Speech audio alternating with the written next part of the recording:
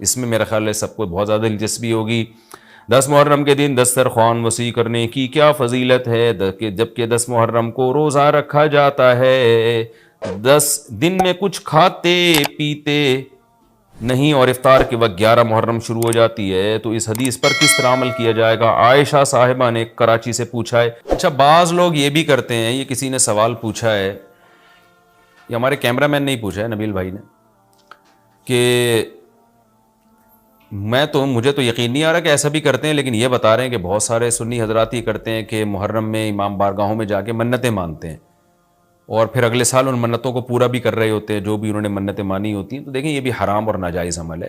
منت کے لیے کوئی دن مہینہ متعین نہیں ہے، جب چاہے جہاں چاہے منت مان سکتے ہیں۔ اور منت کی حقیقت کیا ہے کہ اس کی ورڈنگ کیا ہے، اس کے لیے کسی جگہ نہیں جانا جائز ہے، بلکہ اس کے یہ کہ جہاں بھی آپ ہیں آپ یہ الفاظ کہہ سکتے ہیں کہ اے اللہ اگر میرا یہ فلاں کام ہو گیا تو میں اتنے پیسے صدقہ کروں گا، اے اللہ اگر میرا یہ فلاں کام ہو گیا تو میں اتنے روزے رکھوں گا، اے اللہ اگر میرا مریض ٹھیک ہو گیا یا میری بیماری ٹھیک ہو گئی تو میں اتنی رکعت نماز پڑھوں گا۔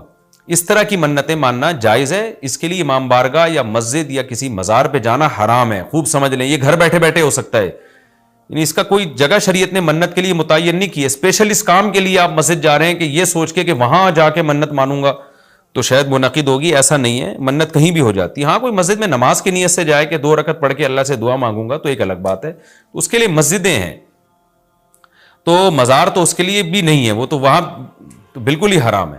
تو اس لیے آپ بدعت کی تائید میں امام بارگاہ جاتے ہیں اور وہاں منتیں مانتے ہیں تو یہ حرام ہے، ناجائز ہے، اس سے منت پوری نہیں ہوگی بلکہ الٹا اللہ کی طرف سے عذاب آ سکتا ہے آپ کے اوپر، کیونکہ اللہ نے جو کام جس طرح سے بتایا اسی طرح سے ہوگا۔ تو منت کا اصل طریقہ کیا ہے کہ عبادت کی نظر، اس کو عربی میں نظر کہتے ہیں، نظر۔ تو قرآن نے کہا ہے کہ یوفون بالنذر ویخافون یوما کان شرہ مستطیرا، ہمارے نیک بندے جب کوئی نظر مانتے ہیں تو اس کو پورا کرتے ہیں، اللہ نے جب کام کر دیا تو وہ نظر پھر آپ پوری کریں۔ تو اس کا طریقہ کیا ہے کہ آپ گھر میں بیٹھیں، جہاں بھی ہیں، آپ زبان سے یہ الفاظ دہرا دیں کہ اے اللہ اگر میرے مریض کو شفا مل گئی یا میں ٹھیک ہو گیا یا میں امتحان میں پاس ہو گیا تو میں اتنے پیسے صدقہ کروں گا یا کروں گی، یا اتنی رکعت نماز پڑھوں گا یا پڑھوں گی، یا اتنے روزے رکھوں گا یا رکھوں گی۔ اس طرح کی عبادت کی نظر ہوتی ہے، اس کے علاوہ نہیں ہوتی۔ بعض لوگ یہ نظریں مان رہے ہوتے ہیں کہ میرا یہ کام ہو گیا تو داتا دربار پہ اتنی دیگیں چڑھاؤں گا، یہ نظر پوری کرنا بھی حرام ہے، کام ہو بھی جائے تو دیگیں چڑھانا جائز نہیں ہے۔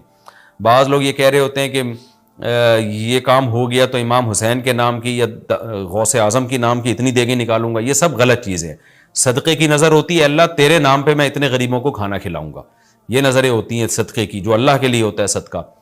تو اس میں یہ کہ کھانا کھلانے کی، صدقہ خیرات کی نظر ہو سکتی ہے، اور عبادت کی نظر ہوتی ہے۔ یہ جو مزاروں پہ جانے کی نظر اور فلاں پہ جا پہ چڑھاؤں گا، یوں کروں گا، ایسے کروں گا، یہ جو اوٹ پٹانگ قسم کی نظریں آ رہی ہیں یہ حرام ہیں، ناجائز ہیں، اس کی کوئی حیثیت نہیں ہے شریعت میں، ان کو پورا کرنا بھی واجب، نہ صرف یہ کہ واجب نہیں ہے بلکہ جائز ہی نہیں ہے۔ تو گھر بیٹھے بیٹھے جب چاہیں آپ نظر مان سکتے ہیں، زبان سے کہیں گے تو نظر ہوگی، دل میں نہیں ہوتی۔ لیکن شریعت نے منت ماننے کو بہرحال پسند نہیں کیا ہے۔ نبی صلی اللہ علیہ وسلم نے فرمایا کہ جو نظر مانتا ہے نا وہ تقدیر کو تو نہیں ٹال سکتا، اللہ اس کے ذریعے کنجوس سے پیسہ نکلوا دیتے ہیں۔ یعنی تقدیر میں بیماری ٹھیک ہونا ہوگی تو ہو جائے گی، کامیابی ہوگی تو ہوگی، وہ تو، لیکن کیا ہوتا ہے کہ بندہ ٹھیک ہو جاتا ہے اور جو آدمی کبھی صدقہ نہیں کرتا اس بہانے اس کی جیب سے، کنجوس کی جیب سے پیسے نکل جاتے ہیں، ویسے تو دے نہیں رہا تھا صدقہ تو اللہ نے بیماری میں ڈال دیا، چل اب منت مان تاکہ میں بیماری ٹھیک کروں اور تو اب پیسے نکال یہاں سے۔ تو کنجوسوں کے ذریعے، کنجوسوں کا پیسہ نکلوانے کے لیے یہ کام ہوتا ہے، بے نمازیوں کو نماز پڑھوانے کے لیے، جو روزہ نہیں رکھتے ان کو روزہ رکھوانے کے لیے۔ تو اس حدیث سے پتہ چلتا ہے کہ منت اور نظر کو جائز ہے لیکن پسند نہیں کیا گیا۔ علماء نے اس کی وجہ بیان کی ہے کہ یہ ایک طرح سے نا اللہ سے ایک طرح کا مقابلہ چل رہا ہے کہ اے اللہ میرے مریض کو یا مجھے ٹھیک کر دے تو میں اتنے روزے رکھوں گا، یعنی بارگیننگ ہو رہی ہے اللہ تعالیٰ سے کہ اگر نہیں ٹھیک کیا تو میں نہیں رکھتا، جا بھائی، اے اللہ اگر میں پاس ہو گیا نا تو میں 1,00,000 روپے صدقہ کروں گا، اگر نہیں ہوا تو ہم بھی صدقہ نہیں کر رہے۔ تو ایک طرح کا نا مقابلہ چل رہا ہے۔ عبدیت یہ ہے کہ اللہ تو مجھے پاس کرے گا تو بھی 1,00,000 روپے دوں گا، نہیں کرے گا تو بھی 1,00,000 روپے دوں گا، اس لیے کہ میں تو تیرا بندہ ہوں، لیکن تو مجھے ویسے ہی پاس کر دے امتحان میں، چاہے میں 1,00,000 دوں یا نہیں دوں، میں تو تیرا بندہ ہوں، میں تو فقیر ہوں۔ فقیر بارگیننگ تھوڑی کرتا ہے، سیٹھ صاحب آپ نے مجھے اگر 100 روپے دیے نا تو میں بھی آپ کا فلاں کام بنا دوں گا. فقیر کہتے ہیں اللہ کے نام پہ 100 روپے دے دو, میں فقیر پھٹا, پرانے کپڑے میرے, میں کیا کروں گا یار آپ کے لیے. تو اللہ سے بھی بھکاریوں کی طرح مانگنا یہ اللہ کو زیادہ پسند ہے. منت ماننا بھی جائز ہے لیکن پسندیدہ کام نہیں ہے. ہاں جس طرح سے امام بارگاہوں میں یا مزاروں میں جا کے منتیں مانی جا رہی ہیں وہ بالکل حرام ہے, بالکل ناجائز ہے. اور اس کے لیے محرم کا دن متعین کرنا یہ سمجھ کے کہ اس میں منت زیادہ پوری ہوگی, یہ بھی حرام ہے, ناجائز ہے اور بدعت کی تائید ہے. اس سے آپ سب لوگ اجتناب کریں, اس سے گناہ ملتا ہے. اچھا جی, اب میں آتا ہوں جی محرم میں دسترخوان وسیع کرنا کیسا ہے. اس بارے میں ایک روایت ہے کہ عاشورہ کے دن جو اپنے اہل و عیال پر دسترخوان وسیع کرے گا, ان کو کھلائے گا, تو اللہ اس کے رزق میں برکت دیں گے. یہ روایت سند کے لحاظ سے کمزور ہے.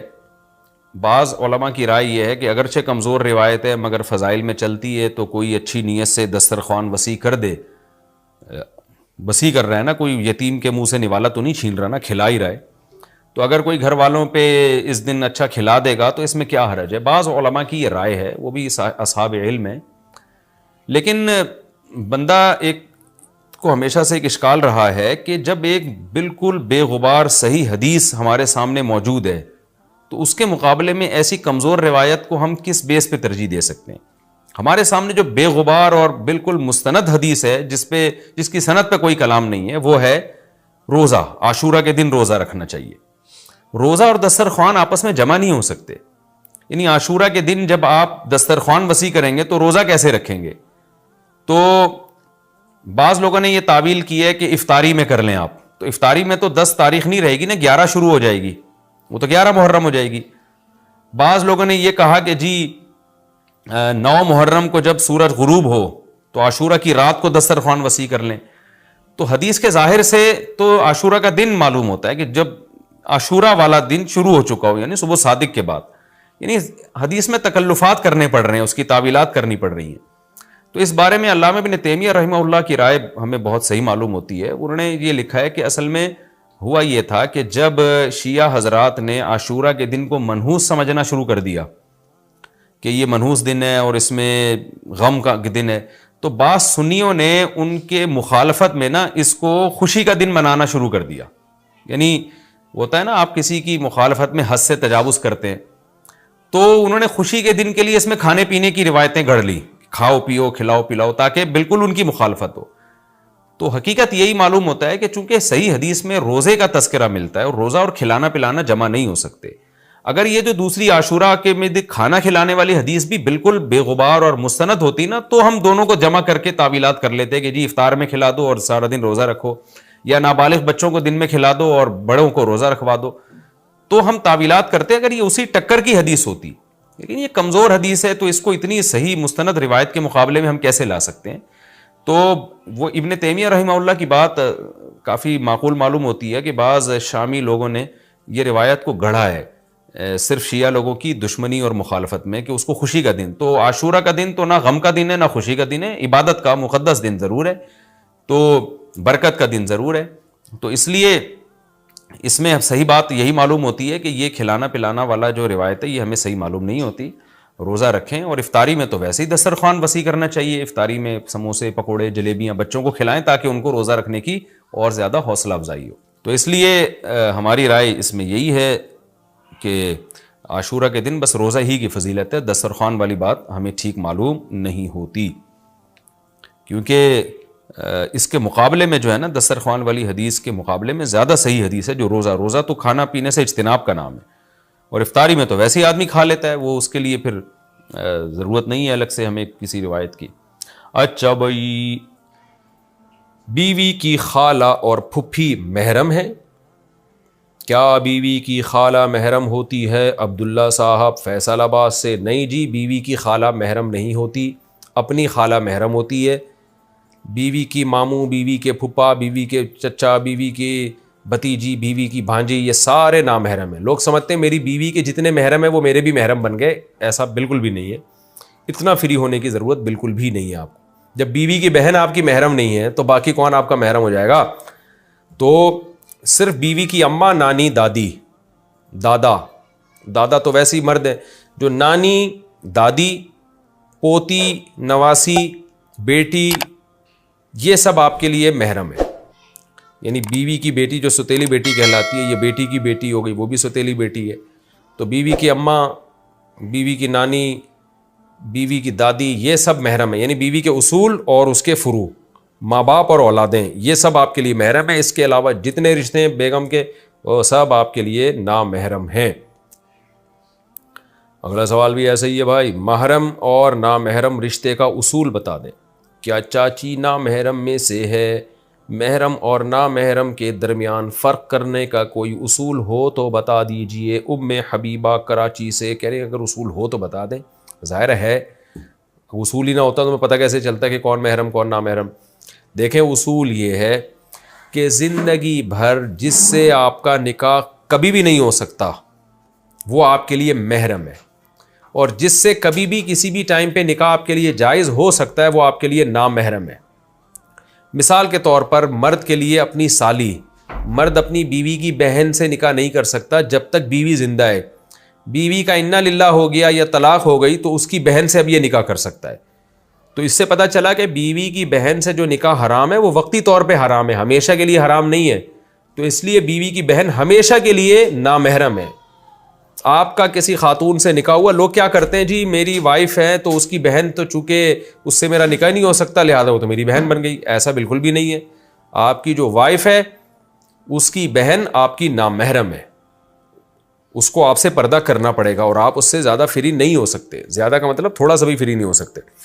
تو اسی طرح اپنی جو چچی ہے یا ممانی ہے، ماموں کے مرنے کے بعد ممانی سے نکاح ہو سکتا ہے، یا ماموں اگر ممانی کو طلاق دے دے تو بھی نکاح ہو سکتا ہے. اسی طرح چچی ہے، یعنی آپ کے چچا کی جو وائف ہے، چچا کے مرنے کے بعد چاچی سے نکاح ہو سکتا ہے. لہذا چچی بھی نامحرم ہے، ممانی بھی نامحرم ہے. تو چچی پر لازم ہے کہ اپنے دیور کے بیٹے سے پردہ کرے. اسی طرح ممانی پر لازم ہے کہ اپنے شوہر کے بھانجے سے پردہ کرے. تو یہ نامحرم رشتے ہیں. ہاں اگر چچی عمر میں زیادہ ہے یا ممانی عمر میں زیادہ ہے تو پھر چہرے کے پردے کی گنجائش ہے کہ چہرے کا پردہ نہ کرے وہ. لیکن نارملی عام جوان چچی ہے یا جوان ممانی ہے تو اس پر تو بہرحال چہرہ چھپانا بھی ضروری ہے. تو یہ محرم اور نامحرم رشتوں کی ڈیٹیل ہو گئی. حدیث میں آتا ہے یحرم من الرضاعۃ ما یحرم من النسب. نسب سے جو رشتے حرام ہوتے ہیں دودھ پلانے سے بھی وہ رشتے حرام ہو جاتے ہیں، یعنی وہ بھی وہ محرم بن جاتے ہیں. تو اگر آپ کی جیسے سگی خالہ ہے نا وہ آپ کی محرم ہے، تو اسی طرح رضائی خالہ بھی محرم ہے. کیا مطلب؟ آپ نے کسی خاتون کا دودھ پیا تو وہ خاتون آپ کی اماں بن گئی، اس کی بہن آپ کی خالہ بن گئی اور اس کی اماں آپ کی نانی بن گئی. اسی طرح یعنی آپ نے دودھ پیا کسی خاتون کا تو اس خاتون کے شوہر آپ کے ابا بن گئے اور شوہر کی بہن آپ کی رضائی پھپھی بن گئی، تو اس سے بھی پردہ نہیں ہے. تو یہ ڈیٹیل تھی محرم اور نامحرم کی. فہد صاحب نے کراچی سے پوچھا ہے کہ مفتی صاحب آج 14 اگست کی رات ہے، 2022 14 اگست، تو نوجوان لڑکے لڑکیاں مکس گیدرنگ کرتے ہیں، میوزک چلتا ہے، ڈانس کرتے ہیں. یہ تو ان کا سوال ہے لیکن میں اپنی طرف سے بھی ایڈ کر دیتا ہوں. اس میں فائرنگ ہوتی ہے اور خوب ہلہ گلہ ہوتا ہے. تو آج بھی 12 بجے یہی کچھ ہوگا ہمارے ہاں. ادھر سخی حسن کی چورنگی پوری بلاک ہو جاتی ہے، پولیس والے آتے ہیں ڈنڈے مار رہے ہوتے ہیں پبلک کو. تو یہ سب کیا ہے؟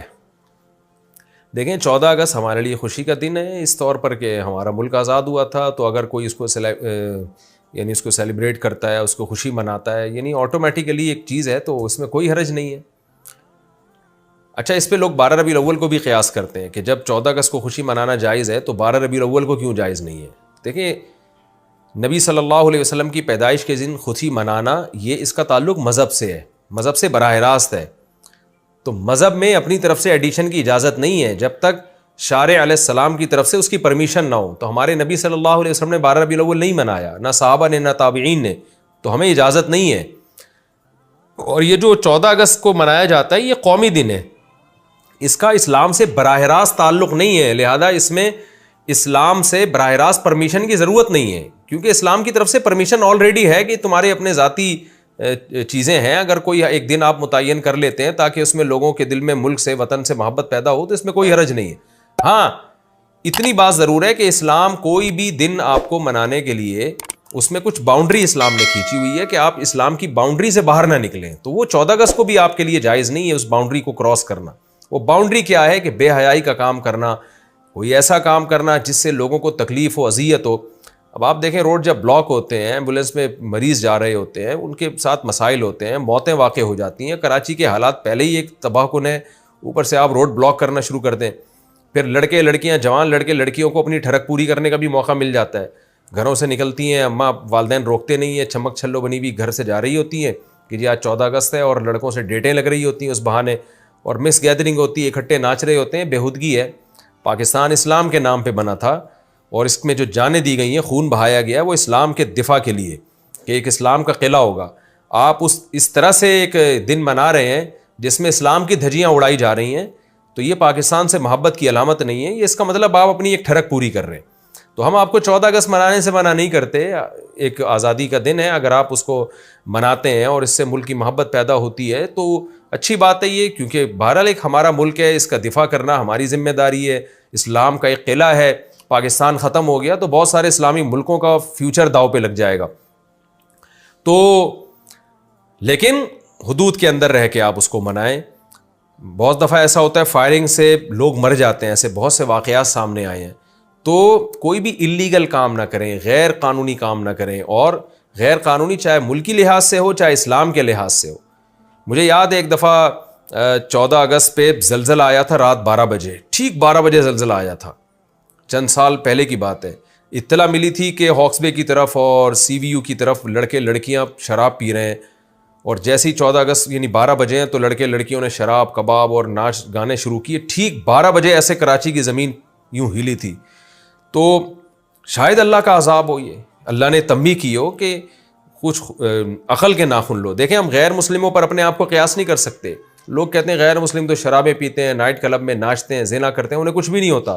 انہیں کچھ بھی نہیں ہوگا, ان کے لیے اللہ نے آخرت میں سزا رکھی ہے. ہم مسلم ہیں, ایک مسلم کنٹری ہے, ہم اگر حدود کو کراس کریں گے تو بہت کچھ ہو سکتا ہے. رسول اللہ صلی اللہ علیہ وسلم نے فرمایا میری امت میں جو آخر میں لوگ آئیں گے قرب قیامت میں, ان میں ناچ گانے موسیقی کے آلات عام ہو جائیں گے اور شرابیں پی جائیں گی. تو فیکون فیہم خسف و مسخ او کما قال صلی اللہ علیہ وسلم. فرمایا اللہ شکلیں بھی مسخ کرے گا, لوگوں کی شکلیں تبدیل کر دے گا, بگاڑ دے گا اللہ لوگوں کی شکلیں, اور زمین میں دھنسنے کے واقعات بھی ہوں گے. تو یہ نبی نے اپنی امت کے بارے میں فرمایا, غیر مسلموں کے بارے میں نہیں فرمایا, وہ تو مانتے ہی نہیں اسلام کو. تو مسلمان جب یہ حرکتیں کرتا ہے تو اس میں اس کو اللہ کے عذاب سے ڈرنا چاہیے. تو نبی صلی اللہ علیہ وسلم نے ڈرایا ہمیں کہ جب یہ موسیقی کے آلات اور ناچ گانے اور شرابیں پی جائیں گی, جب یہ چیزیں عام ہو جائیں گی تو پھر عذاب کا انتظار کرو. اس امت میں ایسا ہوگا. غیر مسلموں کے بارے میں نہیں کہا آپ صلی اللہ علیہ وسلم نے. بنی اسرائیل میں بھی دیکھیں جو مسلم تھے نا, انہیں اللہ نے منع کیا ہفتے کے دن شکار مت کرو, انہوں نے پھر بھی شکار کیا. تو قرآن میں کیا ہے, قلنا لہم کونوا قردۃ خاسئین, ان کی شکلیں بندر خنزیر کی بن گئی. حالانکہ فرعونی جو تھے ان کی شکلیں مسخ نہیں ہوئی تھیں, ان کے بعد بھی جو غیر مسلم آئے ان کی شکلیں مسخ نہیں ہوئی. مسخ کس کی شکلیں ہوئی ہیں, خراب کس کی ہوئی ہیں, جو کلمہ پڑھتے تھے. بنی اسرائیل جو حضرت موسیٰ پہ ایمان لائے ہوئے تھے, ان لوگوں کے ساتھ عذاب آیا. تو اس سے پتہ چلتا ہے کہ جب کلمہ گو مسلمان یا مسلمان مرد یا عورت وہ جب کھلے عام اس طرح سے گناہ کرتا ہے, اس پر دنیا میں عذاب آنے کا خطرہ ہے. کافر پر عام طور پر دنیا میں عذاب نہیں آتا. تو ہم ایک اسلامی کنٹری میں رہتے ہیں, اس طرح 14 اگست کے نام پہ شرابیں پینا, لڑکے لڑکیوں کا مکس گیدرنگ کر کے ڈانس کرنا, اور جو کچھ بےہودگی اور بدتمیزی اور ایک طوفان بدتمیزی کا ماحول بنا ہوا ہوتا ہے, یہ اللہ کے غضب کو دعوت دینے والی بات ہے. دنیا میں نہیں بھی آیا تو آخرت میں تو آئے گا. تو ہم اپنے ملک سے محبت کرتے ہیں, اور محبت کا تقاضا ہے کہ ہم اپنے ملک کو اسلام کی طرف لے کر آئیں گے انشاءاللہ. ایسے حکمرانوں کو لائیں گے جو اسلام سے محبت کریں گے. تو آپ 14 اگست کو اس طرح سے ہرگز نہ منائیں کہ پاکستان کا اسلامی تشخص مجروح ہونا شروع ہو جائے. ہندو مذاق اڑائے کہ یہ دیکھو یہ اسلام کے نام پہ ملک بنا تھا, ہم میں اور ان میں کوئی فرق نہیں ہے, ہم سے اچھا ڈانس یہ کر لیتے ہیں 14 اگست کو, ہندو ہمیں یہ تانا نہ دے. تو ہم سے زیادہ کپڑے ان کے اترنا شروع ہو گئے ان کی عورتوں کے جسم سے.